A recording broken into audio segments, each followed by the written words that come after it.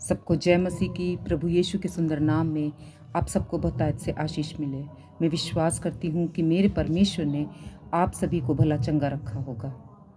आज मैं फिर आपके पास उत्पत्ति का अध्ययन लेकर आई हूँ, और जब कभी आपके हाथ ये वीडियो लगे आप इसे ज़रूर करके देखिएगा और अद्भुत बातों को समझिएगा। तो आज हम स्टार्ट करते हैं 11वां पद, उत्पत्ति उसका 11 अध्याय। आइए, आपके पास अपनी बाइबिल है तो आप भी अपनी बाइबिल खोल लीजिए। 11 अध्याय, उत्पत्ति 11 अध्याय, जेनेसिस चैप्टर 1, जेनेसिस चैप्टर 11, लिखा है, सारी पृथ्वी पर एक ही भाषा और एक ही बोली थी। उस समय लोग पूर्व की ओर से चलते चलते शिनार देश में एक मैदान पाकर उसमें बस गए। तब वे आपस में कहने लगे, आओ हम ईंटें बना बना के भली भांति आग में पकाए और उन्हें पत्थर के स्थान पर ईंट से और चूने के पत्थर पर मिट्टी के गारे से काम लिया जाए। फिर उन्होंने कहा, आओ हम एक नगर और एक गुम्मट बना ले जिसकी चोटी आकाश से बातें करे।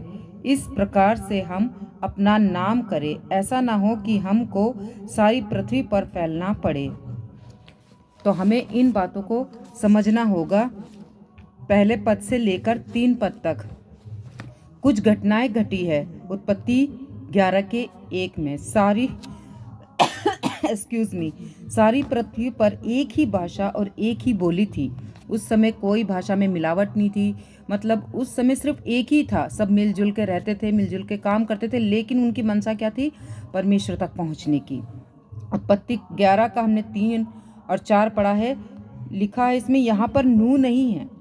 मूसा जब रिकॉर्ड कर रहा है घटी बातों को, तो रिकॉर्ड कर रहा है, वो जो घटी है वही बातों को रिकॉर्ड कर रहा है, लेकिन उस समय नूह नहीं था। उत्पत्ति 4:4 में मैंने पढ़ा इस वक्त कि इस प्रकार से हम अपना नाम करें। उन लोग ने मिलकर क्या करा? इस तरह से हम अपने नाम को ऊंचा करें। उत्पत्ति 5 में लिखा है, 11 के 5 में लिखा है, जब लोग नए और गुम्बद बनाने लगे तब उन्हें देखने के लिए यहोवा उतर आया और यहोवा ने कहा, मैं क्या देखता हूँ कि सब एक ही दल के हैं और भाषा भी उन सब की एक ही है। उन्होंने ऐसा ही काम भी आरंभ किया और अब जो कुछ वे करने का यत्न करेंगे उनमें से कुछ भी उनके लिए अनहोना ना होगा। इसलिए आओ हम उत्तर के उनकी भाषा में गड़बड़ी डालें कि वे एक दूसरे की बोली को समझ ना सके। इस प्रकार यहोवा ने उनको वहां से सारी पृथ्वी के ऊपर फैला दिया और उन्होंने उस नगर का बनाना छोड़ दिया। इस कारण इस नगर का नाम बेबीलोन पड़ा, क्योंकि सारी पृथ्वी की भाषा में जो गड़बड़ी है वे यहोवा ने वहीं डाली और वहीं से यहोवा ने सारे मनुष्य पृथ्वी के ऊपर फैला दिए। तो यहाँ पर हम क्या देखते हैं? यहाँ पर एक ही भाषा है और एकता है। इनमें क्या है? एकता है। और यहाँ सबको अपना नाम बनाना था, लेकिन यहाँ परमेश्वर की इच्छा नहीं थी। जहाँ परमेश्वर की इच्छा नहीं है, परमेश्वर की मर्जी नहीं है, वो काम कभी भी पूरा नहीं हो सकता।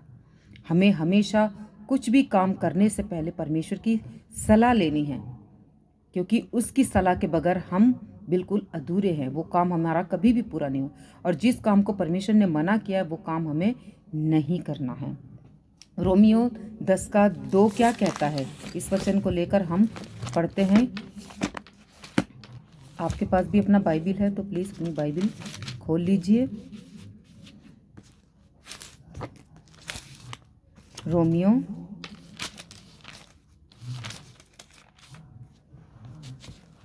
रोमियो 10 का 2, क्योंकि मैं उनकी गवाही देता हूँ कि उनको परमेश्वर के लिए धुन रहती है, परंतु बुद्धिमानी के साथ नहीं। वो चाहते हैं कि हम अपना बनाए, गुम्बद बनाए, सब इकट्ठे होकर रहे, मिल मिलाप से रहे, लेकिन उन्होंने परमेश्वर की इच्छा नहीं जानी। धुन तो है, लेकिन उस धुन को किस तरीके से काम में लाना वो इन्हें नहीं मालूम। रोमियो 3:4 भी पढ़ लेते हैं हम। रोमन्स चैप्टर 3 वर्स 4 में क्या लिखा है? कदापि नहीं, वरन परमेश्वर सच्चा और हर एक मनुष्य झूठा ठहरे, जैसे लिखा है, जिससे तू अपनी बातों में धर्मी ठहरे और न्याय करते समय तू जय पाए। तो मेरे प्रियो, पौलुस कहता है इनको धुन है लेकिन बुद्धि के साथ में नहीं है, और कदापि नहीं, क्योंकि परमेश्वर सच्चा है और हर एक मनुष्य क्या है? हर एक मनुष्य झूठा है। तो मूसा 6 लोगों को लेकर चल रहा है। हमें इस बात को ध्यान रखना, परमेश्वर की इच्छा पे तभी तो परमेश्वर ने लाल समुद्र के 2 भाग किए। उस वक्त मूसा परमेश्वर की इच्छा के अनुसार चल रहा था और 6 लाख लोगों को लेके जा रहा था। उसने मिस्र देश से निकाला परमेश्वर के कहने के अनुसार, विपत्ति आई परमेश्वर के अनुसार, और जब वो लेके जा रहा तो परमेश्वर उनके साथ है। तभी तो परमेश्वर ने लाल समुद्र को भी 2 भाग किया, क्योंकि मूसा उनकी इच्छा पर चल रहा था। हम सबका मकसद उसकी इच्छा को पूरी करना होना चाहिए। हम सबकी इच्छा, हमारा मकसद क्या होना है? सबसे पहले हमें परमेश्वर की इच्छा पूरी करनी है, क्योंकि हमेशा हम अपनी इच्छा पूरी करते रहते हैं, लेकिन हम परमेश्वर की इच्छा कब पूरी करते हैं? हम अपनी इच्छा, अपनी ज़रूरतों को पूरा करते करते इस दुनिया से चले जाते, लेकिन हम ये नहीं सोचते कि यहाँ संसार में रहकर हमने अपनी इच्छा तो पूरी कर ली, लेकिन हम परमेश्वर की इच्छा कब पूरी करेंगे? मरने के बाद जब न्याय होगा तो परमेश्वर ये सवाल उठाएगा कि तूने मेरे लिए क्या किया, मैं तुझे नहीं जानता। तो मेरे प्रियो, अपने लिए जीना छोड़िए और परमेश्वर की वचन के हिसाब से चलिए। अब यहाँ एक ऐसी बात परमेश्वर करने जा रहा है जो उन लोगों ने कभी नहीं सोची होगी, और वो था भाषा में गड़बड़ी। ऐसा क्यों? क्योंकि परमेश्वर को एक ऐसा राष्ट्र चाहिए था, क्योंकि परमेश्वर को ऐसा राष्ट्र चाहिए था जहाँ से प्रभु यीशु मसीह को आना था और वो उसकी इच्छा को लेकर चले। लेकिन अब उन सब अलग अलग भाषा एक्सक्यूज मी, उन सब भाषा वालों को परमेश्वर इकट्ठा कर रहा है। तो आइए उसके लिए हम मत्ती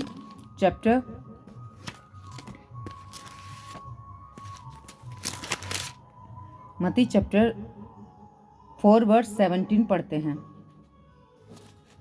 मत्ती चैप्टर 4 वर्स 17 में क्या लिखा है? उस समय से यीशु ने प्रचार करना और यह कहना आरंभ किया, मन फिराओ क्योंकि स्वर्ग का राज्य निकट है। क्या बोला? उस समय यीशु ने प्रचार करना और यह कहना आरंभ किया, फिर मन फिराओ क्योंकि स्वर्ग का राज्य निकट है। तो प्रभु यीशु ने क्या किया उस वक्त? मन फिराओ क्योंकि स्वर्ग का राज्य निकट है। उसी समय यीशु मसीह ये बातें यहूदियों और किसको कहा? शास्त्री फरीसियों को कहा। मार्कुस उसका 16:17।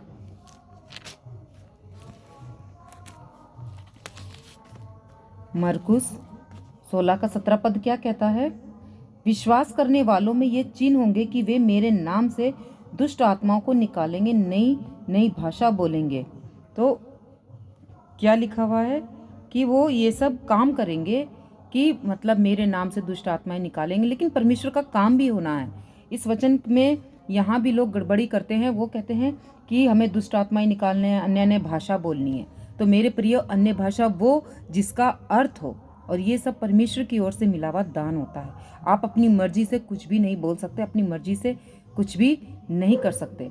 उनको भी परमेश्वर कह देगा कि मैं तुम्हें नहीं जानता। जो सिर्फ दुष्ट आत्माएं निकालते, चंगाई करते, वो सुसमाचार कहाँ सुनाते? यहाँ तो सुसमाचार के बारे में भी हमने पीछे पढ़ा है कि वो प्रचार करते थे, है ना। मन फिराव का क्या करते थे?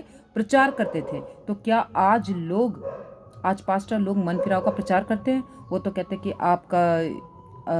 आपका वीज़ा लग जाएगा, आपका मकान बन जाएगा, आपका ये हो जाएगा, आपको वो हो जाएगा, इस तरह से कहते हैं, आशीषें आएगी।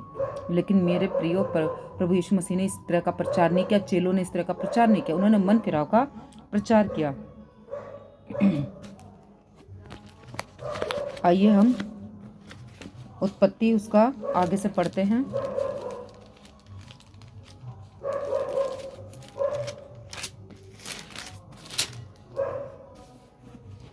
शेम की वंशावली ये है कि उत्पत्ति उसका 11 अध्याय उसका 10 पद से हम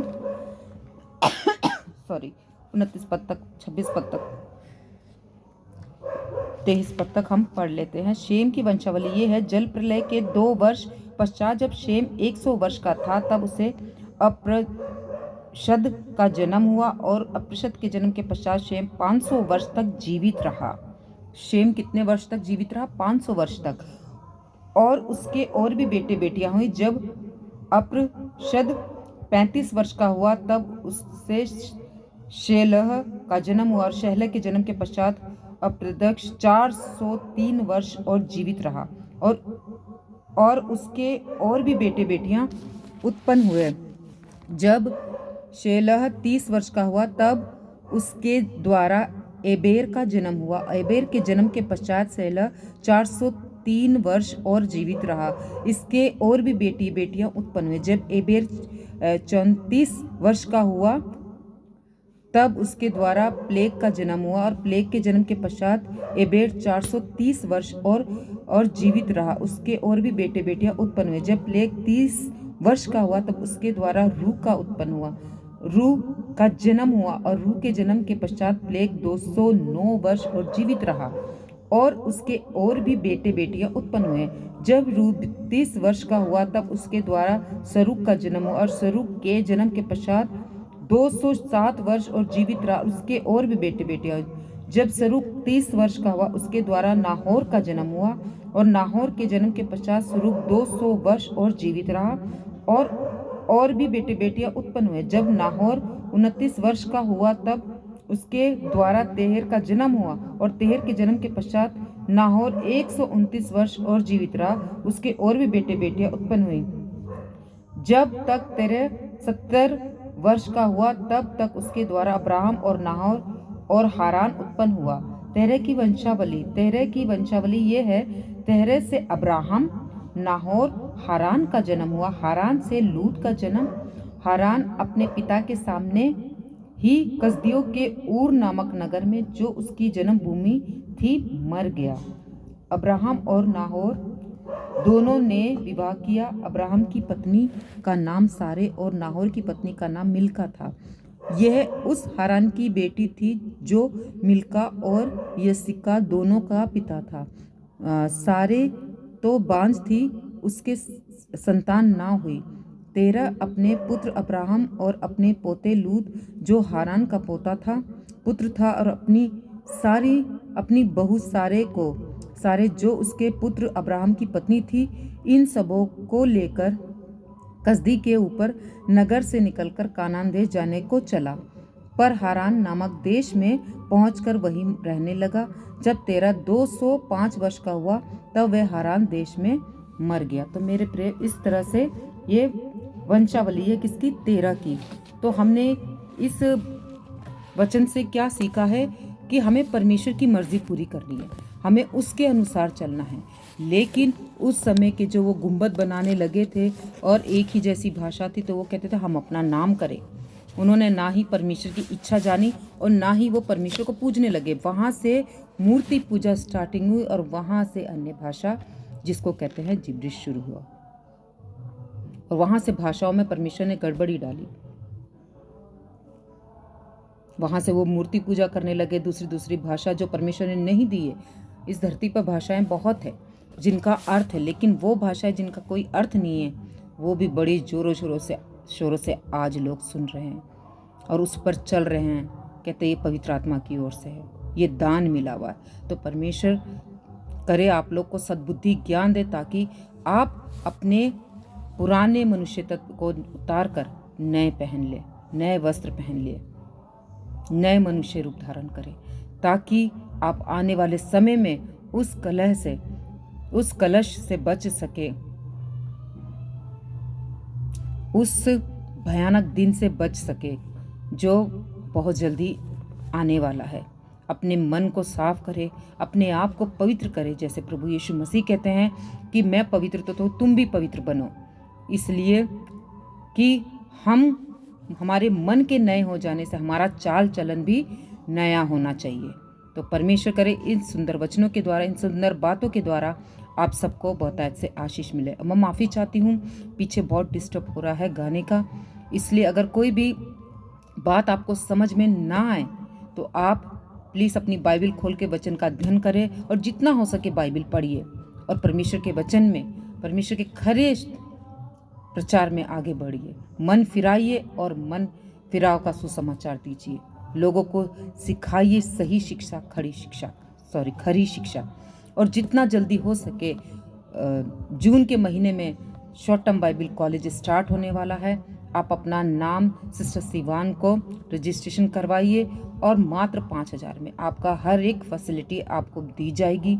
खाने पीने, रहने, उठने बैठने, सोने, हर एक चीज़ों का फैसिलिटी है आपके लिए।